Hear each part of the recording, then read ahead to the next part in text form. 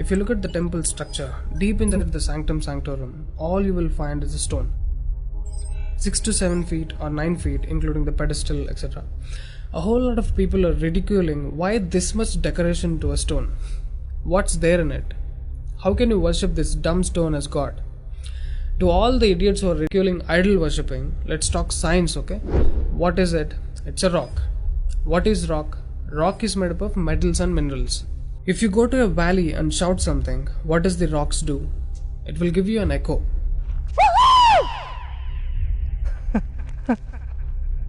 It's an open place. The sound travels, hits the rock and throws it back. This phenomena is called echo and it's scientifically proven, everybody knows it. Depending on how loud you send the sound waves, accordingly rocks will throw back an echo. Every rock, that's why you will hear 2-3 sounds at different intervals. Visually you cannot see what's happening, but you can hear it. This is in open space. Imagine if you're doing it in a closed place. What would be the amount of echo? Obviously much more than the open space. Let's get inside the temple. You will find a linga or a statue made of a rock. And it's placed in a closed wall structure with a Galigopuram on the top. That means a pyramid structure with a tip pointing to the sky. There will be no ventilation. Tight packed and covered with stone walls to a precision where even the light cannot enter. Now people send some sounds to the rock. Not just today, it's been practiced since thousands of years. They are sending some sounds to the rock continuously, right from the morning to afternoon to evening till night, every day. We all know that sound has a form.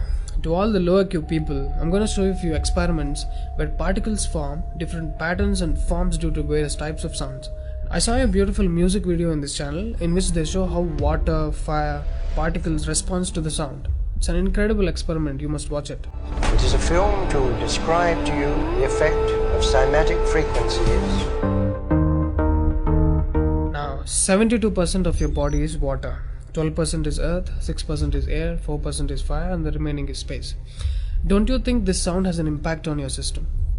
Look at how drastically the water is responding to the sound. Similarly, fire. In fact, everything in the cosmos responds to the sounds. That's why yogis of the past have always said sound is the basis of existence. Every form is a certain reverberation of sound. If you master the sound, you can play with the 5 elements. That's how the sages of the past used to walk on water, disappear into the air, walk through the walls, etc. In Harry Potter movie, what you have seen is just a fiction story. But here, we have got yogis who did all that for real. Even though there are many mystics who can do these things, not just them. You and I can do it if we attain certain mastery over the sound. You need a perception beyond the senses to do that. For that, you need to do a different level of sadhana. You can't do that in a laboratory through some dumb experiment. All those who tried either ended up neurotic or died an utter failure. Wasted a lot of money in the research. So except dhyanam, technically there is no other way. Sorry to disappoint the people who are lazy to yoga. Okay, sound. I recommend you to watch more such experiments in YouTube to understand better what I'm trying to say here. Inside the temple, they chant some mantras. What happens is, the sound will touch the stone and bounce back in different directions. Because it's a closed room, the sound has to pass out through the main door. And whoever is standing in front will be completely soaked in that energy. Now, what do they chant? Vishnu Sahasranamam in the morning and Lalita Sahasranamam in the night. There is Shivopasana Mantram, Lingastakam, Am Namah Shivaya, Nirvana Shatakam, etc., which will have different impacts on the human system.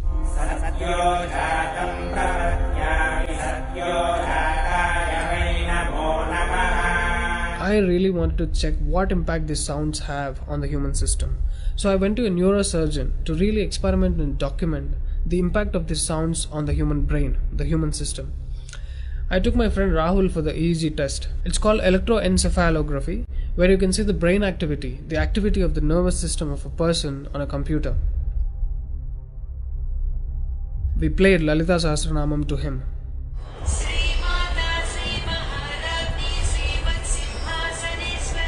Rahul, relax your face.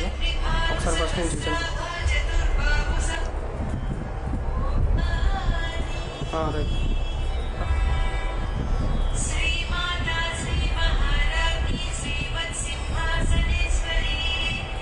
The kind of parasympathetic differences that he's getting is anonymous.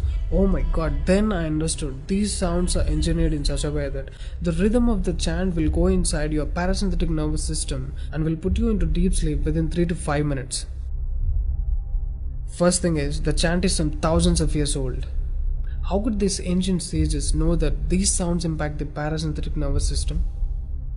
This they do it in the night. And in the morning they chant Vishnu Sahasranamam, the 1000 names of Bhagavan Vishnu. And again, these sounds are engineered in such a way that it will wake you up to a peaceful and refreshing state of mind.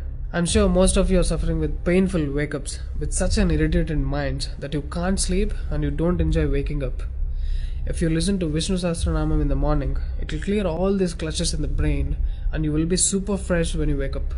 Even today you can go and check in Tirupati temple. They will chant Vishnu Sahasranamam in the morning and Lalita Sahasranamam in the night. This is a clear science evolved and being practiced in temples. Even now in most of the temples they're still doing it without knowing why they're doing.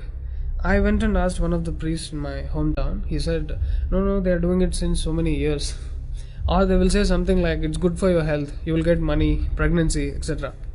This is one more reason why temples are ending up in ruins here. There is no one to talk about the science behind it. Why sounds and why the rock? So they call this rock as God, and when you chant for God, their idea is to benefit the human beings living in the city. It's a free service. Will your doctors treat you for free? But these temples are doing it for free, since ages.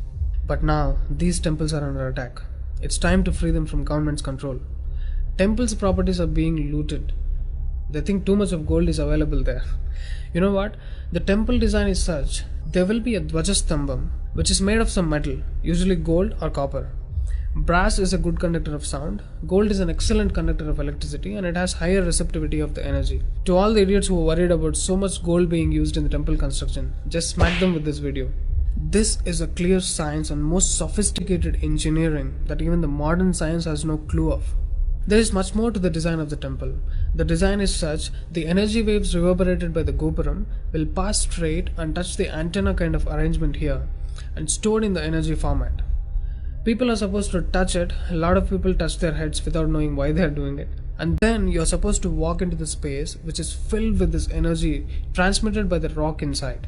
Doesn't matter whether you are a Muslim, Hindu or a Christian, you can't escape the energy. You will be bathed in the glory of that energy. You can actively feel the difference after you pass through the path.